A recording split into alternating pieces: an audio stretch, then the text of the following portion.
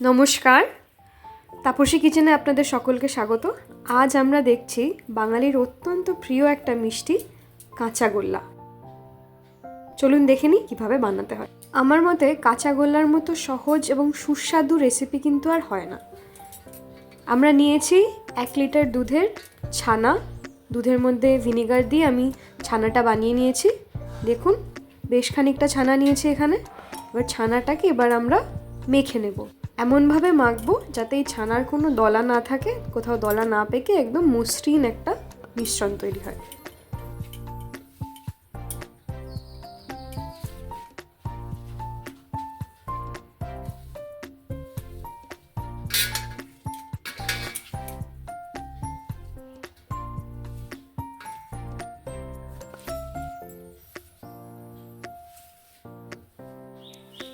এবার আমি এই মিশ্রণে দিয়ে দিচ্ছি গুঁড়ো করা চিনি।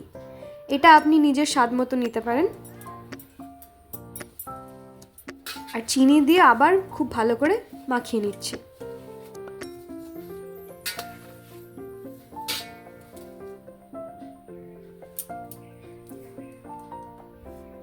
তারপর বাইন্ডিংয়ের জন্য আমি সামান্য একটু মিল্ক পাউডার দিচ্ছি এই মিশ্রণের মধ্যে, দিয়ে আবার খুব ভালো করে মেখে নেব।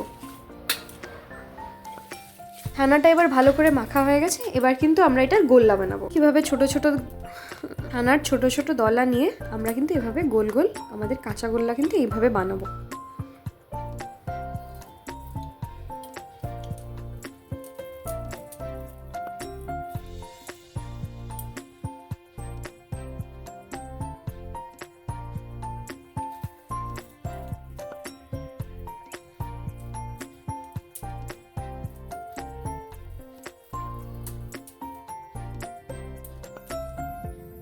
গোল্লা কিন্তু আমাদের মোটামুটি হয়ে গেছে। দেখুন কি সুন্দর লাগছে।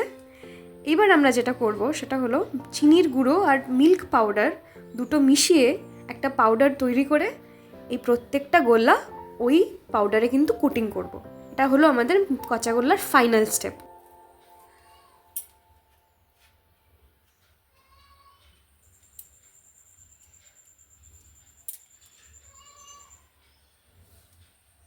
আমাদের কিন্তু কাঁচাগোল্লা তৈরি হয়ে গেছে। সহজ সরল কিন্তু অত্যন্ত সুস্বাদু একটি রেসিপি। বাড়িতেই ঝট করে বানিয়ে নিতে পারবেন। আমরা কিন্তু প্রত্যেকটা গোল্লার ওপর একটু করে কেশর দিয়েছি। দেখতেও ভালো লাগে, খেতেও ভালো লাগে, আলাদাই একটা স্বাদ। এরকম নিত্য নতুন সহজ সরল কিন্তু সুস্বাদু রেসিপি জানতে হলে কিন্তু ফলো করতে হবে তাপসী কিচেন। আজকের জন্য এখানেই থাক, দেখা হবে নেক্সট ভিডিওতে।